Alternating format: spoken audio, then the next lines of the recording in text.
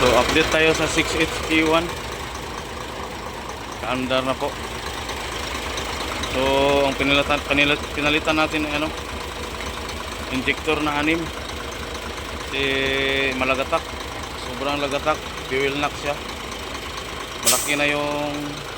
Malaki na yung buga ng nozzle niya. Hindi na pantay.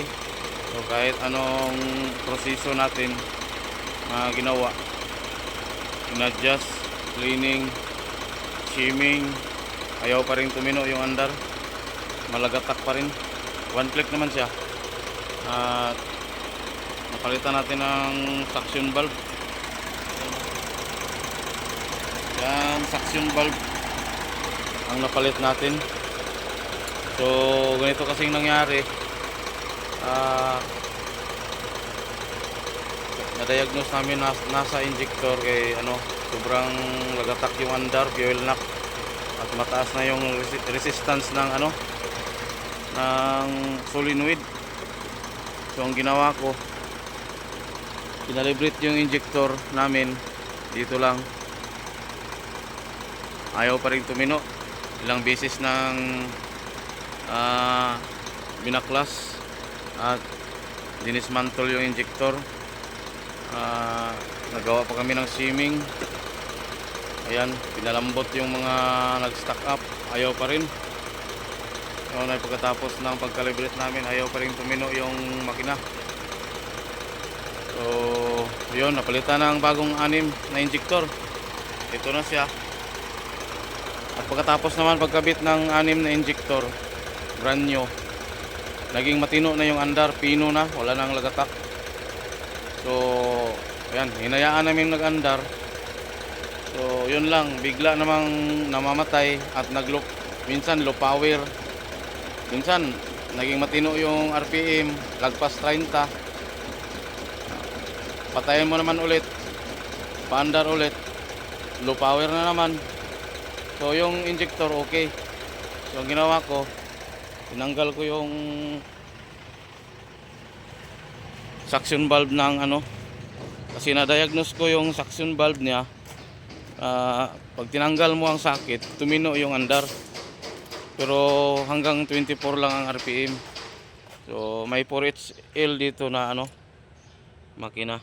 So tinanggal ko yung suction valve, nilipat ko doon sa 6HK1, parehas lang naman sila. 6HK1, 6HK, 6HL, 4HK1, 4HL, parehas lang. So yun, nilagay ko. So ito na yung ito na yung suction valve ng 6HK1.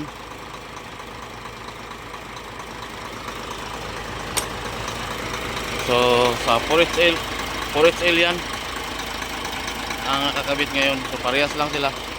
So yun, naging matino na yung andar at wala nang low power. Check, RPM check.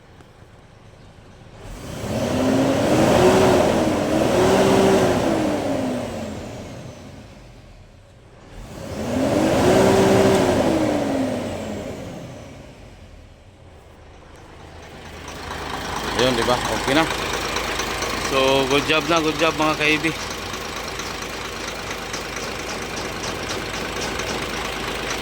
Thank you Lord, at naging successful yung trabaho natin ngayong umaga, araw ng linggo. Thank you. So ito lang ang common issue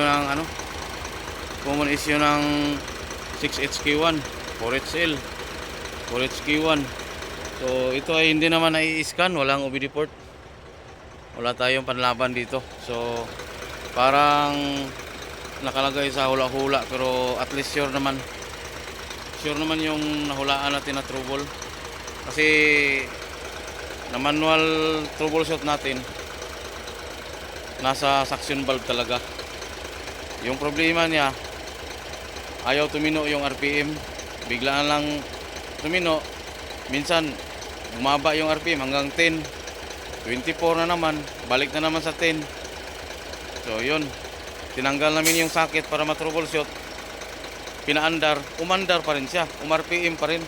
So it means nag-stack up siya. Yan, di ba? So yun lang mga kaibi. Yun lang ang problema niya. Binaguan din natin ng filter at saka diesel na bago. Ayun. So thank you and God bless. Salamat sa inyong panonood. Please subscribe sa YouTube channel.